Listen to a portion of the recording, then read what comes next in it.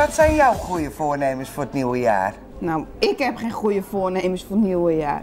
1 januari, dan beginnen met goede voornemens. Dan kun je gelijk al goed 1 november beginnen. Ja, maar dat is niet zo leuk. 1 november of 1 januari is het nieuwe jaar.